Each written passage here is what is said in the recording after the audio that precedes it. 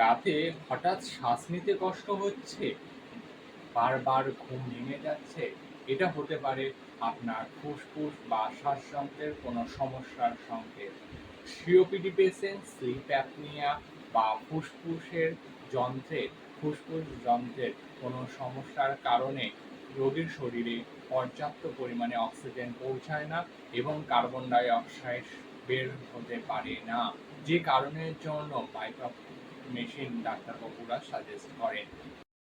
বাইপাম মানে bi level positive airway pressure.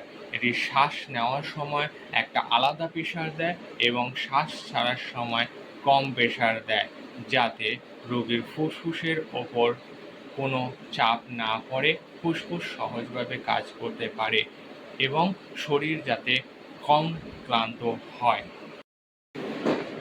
ডাক্তারবাবুরা বাইপাম machine prescribe করে থাকেন যখন রোগীর শরীর নিজে থেকে পর্যাপ্ত পরিমাণে শ্বাস নিতে পারে না, বিশেষ করে ঘুমের সময় অক্সিজেনের মাত্রা ঠিক রাখতে এবং হার্টের উপর প্রেশার কম করতে এবং ঘুমের গুণগত মান উন্নত করতে এই বাইপাম মেশিন ব্যবহার করা হয়।